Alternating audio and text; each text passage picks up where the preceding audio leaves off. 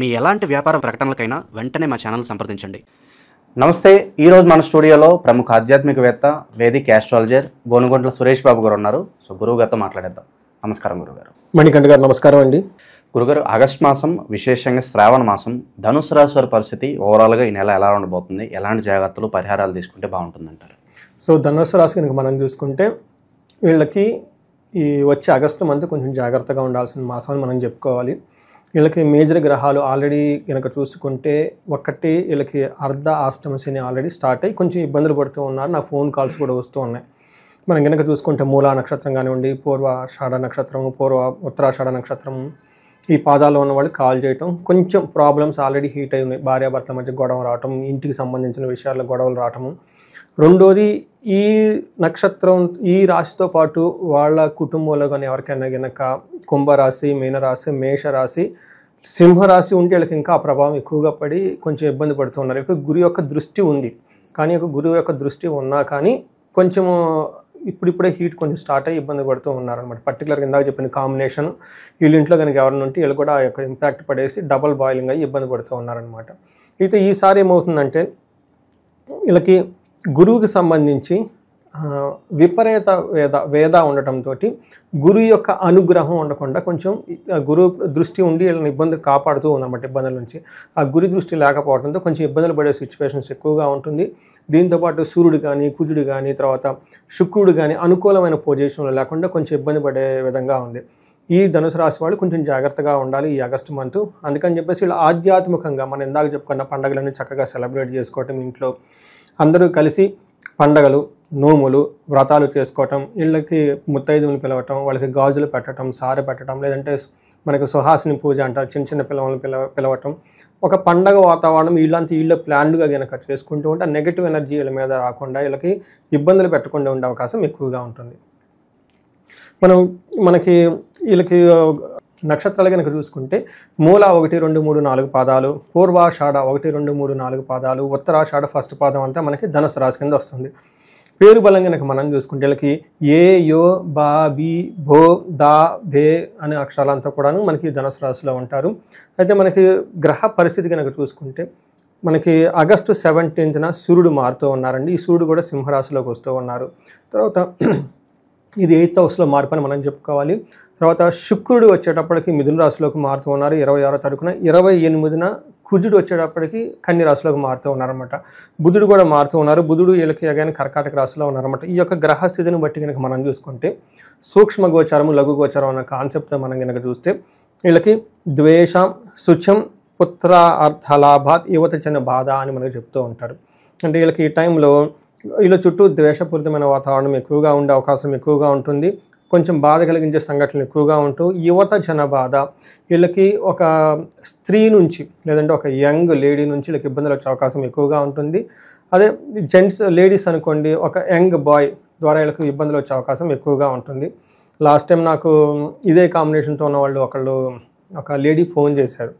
అంటే వేరే రాశికి ఇలాంటి సిచ్యువేషన్స్ వచ్చినప్పుడు వాళ్ళు ఏం చెప్పారంటే వీళ్ళేమే కొంచెం ఏజ్డ్, వాళ్ళ కొడుకు వయసు ఉన్నంత వాళ్ళతో కొడుకు అన్న ఒక చనువుతో కొంచెం మంచి చెడు చెప్పబోయింది. పాపం అతను ఏదో ఒక సెన్స్ లాగా తీసుకొని అతను వెళ్ళిపోయి వాళ్ళ మదర్ వచ్చి ఈమెతో గొడవ, వాళ్ళిద్దరు ఫ్రెండ్షిప్ దాదాపు 10-15 years ఉన్న ఫ్రెండ్షిప్ ఖాతా చెడిపోయిందండి అని చెప్పేసి చెప్పుకుంటూ వచ్చిందన్నమాట. ఎందుకేమవుతుందంటే అండి, కొన్నిసార్లు మనం కొడుకు ఉన్న వయసు వాళ్ళతో చనువుతో ఏదో చెప్పాలి, మంచి చెడు చెప్పాలనుకున్నా కానీ గొడవలు వచ్చేస్తాయి. అలానే కూతురు వయసు అంతా కూడా మనం మంచి చెడు చెప్పకపోతే పెద్దవాళ్ళు వేరే విధంగా అర్థం చేసుకొని మన మీద గొడవలు వచ్చే అవకాశం ఎక్కువగా ఉంటుంది. ఇది రియల్ టైంలో జరిగింది కాబట్టి వీళ్ళకి యువత జన బాధ, ఒక యంగ్ ఉమెన్ ద్వారా ప్రాబ్లమ్స్ వచ్చే అవకాశం ఎక్కువగా ఉంది. జెంట్స్ అయితే, లేడీస్ అయితే ఒక యంగ్ బాయ్ నుంచి ఇబ్బందులు వచ్చే అవకాశం ఎక్కువగా ఉంటుంది. మన కనుక సూర్యుడు వీళ్ళకి 9వ ఇంట్లో ఉండి 3వ ఇంట్లో చూడాలి, మిక్స్డ్ రిజల్ట్ అని మనం చెప్పుకోవాలి. అంటే ఏమవుతుంది, నిందాపరాధ కలహం, నిర్దోషచ్చ, ధనక్షయం, పుణ్యలాభార్థ నాశనాచ, విచార నవమస్తే రవి అని చెప్తూ ఉంటారు. 9వ ఇంట్లో కనుక సూర్యుడు ఉంటే ఏమవుతుందంటే నిందాపరాధం, కలహం, నిర్దోషచ్చ, వీళ్ళకి నిర్దోషి, ఎలాంటి దోషం లేదు వీళ్ళల్లో, కానీ వేరే వాళ్ళు వచ్చేసి గొడవ పెట్టుకుంటూ ఉంటారు. వీళ్ళ మీద అయ్యో పడగానే నిందలు పడే అవకాశం ఎక్కువగా ఉంటుంది. ధనక్షయం, ధనం ఖర్చు అయిపోతుంది. మంచి ఉద్దేశంతో కనుక ఏదైనా పనికి చేస్తే దాని యొక్క ఫలితం రాకుండా రివర్స్ అయ్యే ఉంటుంది. నేను ఇందాక చెప్పిన ఎగ్జాంపుల్ ఎగ్జాక్ట్గా ఫిట్ అయిపోయింది. ఒకళ్ళు ఫోన్ చేసి మరీ ఫీడ్బ్యాక్ ఇచ్చారు, మీరు చెప్పింది మొత్తం ఇలా అంటే అలా ఫీడ్బ్యాక్ అంటే మనకు డీకోడ్ చేయడానికి ఈజీగా ఉంటుందన్నమాట. విచారం, ఈ పని చేసామని అనవసరంగా వర్రీ అయ్యే అవకాశం ఎక్కువగా ఉంటుంది. బట్ ఓవరాల్గా మంచి ఉంటుంది. వాళ్ళకి 10వ ఇంట్లో కుజుడు ఉండటం వల్ల ప్రొఫెషన్ మ్యాటర్స్లో కొంచెం ఇబ్బందులు పడే అవకాశం ఎక్కువగా ఉంటుంది. వీళ్ళకి నిత్య క్లేశం, సదా వ్యాధి, సదా భోజన దుర్బలం, సదా సంచార ఉద్యోగం, దశమస్తే కుజ అని చెప్తారు. కుజుడు కనుక 10వ ఇంట్లో ఉంటే ఉద్యోగంలో బాగా స్ట్రెస్ఫుల్గా ఉండేసి ఆ ఉద్యోగం గురించి స్థిమితంగా లేకుండా అటు ఇటు తిరుగుతూ ఉండే అవకాశం ఎక్కువగా ఉంటుంది. కొన్నిసార్లు ఇటు టయానికి భోజనం కూడా చేయలేకుండా అవకాశం ఎక్కువగా ఉంటుంది. నిత్యం క్లేశ, ఏదో ఒక బాధతో బాధపడుతూ ఉంటారనమాట. మనీ విషయంలో కొంచెం భయానికి గురే ఒక సంఘటన జరుగుతూ ఉంటాయి అని చెప్పుకోవచ్చు. అంటే వీళ్ళకి సూర్యుడు మిక్స్డ్ రిజల్ట్ ఇస్తున్నారు, కుజుడు కూడా అంత అనుకూలంగా లేరు. అయితే శుక్రుడు కూడాను వీళ్ళకి 7వ ఇంట్లో ఉండటంతో సదా కోపభీతి, సర్వదా క్లేశ జీవనం, స్త్రీ జాడ్యం, మేహ రోగాది భృగో సప్తమే ఫలం అని చెప్తూ ఉంటారు. అంటే దీని ప్రకారం ఏంటంటే ఎప్పుడు కోపం కలిగే పరిస్థితులకు ఎక్కువగా ఉంటాయి. దేనికో ఒక విషయం గురించి భయపడుతూ ఉంటారు. క్లేశ జీవనం, అనుకున్న వాటికి జీవితం ఎలా ఉంటుందంటే ఏదో ఒక సమస్యలతోటి ఇబ్బంది పడే అవకాశం ఎక్కువగా ఉంటుంది. స్త్రీ జాడ్యం అంటే స్త్రీల వలన కష్టాలు వచ్చే అవకాశం ఎక్కువగా ఉంటుంది.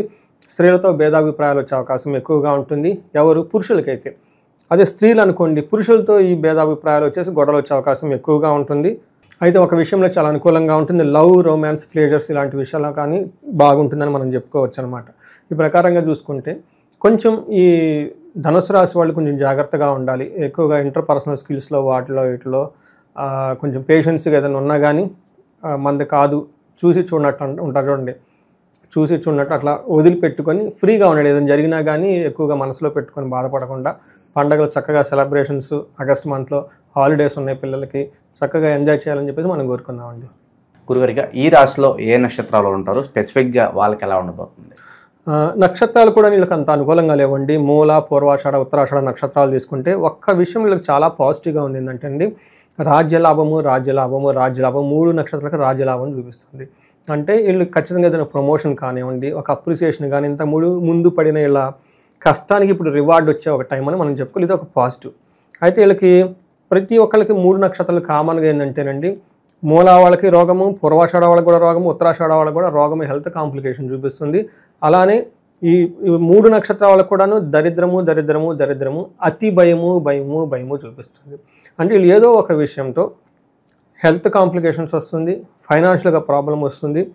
కానీ దేనికో ఒక విషయంతో అతిగా భయపడే అవకాశం కూడా ఉంది. జనరల్గా అండి మనకు దగ్గర డబ్బులు లేవు, హెల్త్ వస్తే న్యాచురల్గా భయం అవుతుంది, అంతే కదండి. ఈ భయం కలిపే సిచ్యువేషన్స్ వీళ్ళకి ఎక్కువగా ఉంటుంది. అందులోనూ వీళ్ళకి మనకి ఏం చెప్తారంటే కొంచెము శని యొక్క ప్రభావం కానీ, గురువు యొక్క ప్రభావం వీళ్ళతో అనుకూలంగా లేకపోవడంతో కొంచెం జాగ్రత్తగా ఉండాల్సిన టైము అని ఒక 2 స్టెప్పులు వెనక్కి తీసుకొని చక్కగా ఆధ్యాత్మికంగా మెడిటేషన్ చేస్తూ, తర్వాత ఏమంటారు పుణ్యక్షేత్రాలు తిరుగుతూ ఆధ్యాత్మిక చింతనతో ఎక్కువగా ఉంటే ఈ యొక్క టైం పోయిన తర్వాత ఆటోమేటిక్గా వీళ్ళకి మంచి డోసులు వచ్చిన తర్వాత అన్నీ చక్కగా చేసుకోవచ్చు. ఇంకా విశేషంగా ఈ శ్రావణ మాసంలో ఎలాంటి పరిహారాలు తీసుకుంటే బాగుంటుందంటారు వీళ్ళు? సో వీళ్ళకి పూర్వాషాఢ, ఉత్తరాషాఢ నక్షత్రాలు వాళ్ళకి గాయాలయ్యే అవకాశం ఎక్కువగా ఉంటుంది. చెస్ట్ రిలేటెడ్ పెయిన్స్ వచ్చే అవకాశం ఎక్కువగా ఉంటుంది. మీరు పరిహారాలు కనుక చూసుకుంటే మన ఇద్దరు కాంబినేషన్లో వీళ్ళకి అర్ధాష్టమ శని గురించి కుంభరాశి, ధనుసు రాశి వాళ్ళకి చాలా డిస్కస్ చేసుకున్నాం అనమాట. ఆ వీడియో కంపల్సరీ చూడాలి. ఎందుకంటే చాలామంది పాపం వాళ్ళకి ఈ విషయం తెలవదు. వాళ్ళకి అర్ధాష్టమ శని నడుస్తుందని జడవక భయపడిపోయేసి ఏదో జరుగుతుందని ఫోన్లు చేసేస్తుంటారు. నేను వెంటనే అడుగుతానమ్మా, ఇది ఆల్రెడీ వీడియో ఉంది, ఆ వీడియో కూడా చూడండి కంపల్సరీ, అందులో ఉన్న పరిహారాలు చేసేసుకోండి. ఎందుకంటే మీరు నాకు డబ్బులు కట్ చేసినా కానీ మళ్ళీ అదే పరిహారం, మీకు పరిహారాలు అవే చెప్తాను అంటే ఆ వీడియో కూడా మాకు ఎతికి పెట్టండి అంటారు. చూడండి, ఎతికి మళ్ళీ వాళ్ళకి లింక్ పెట్టాలంట.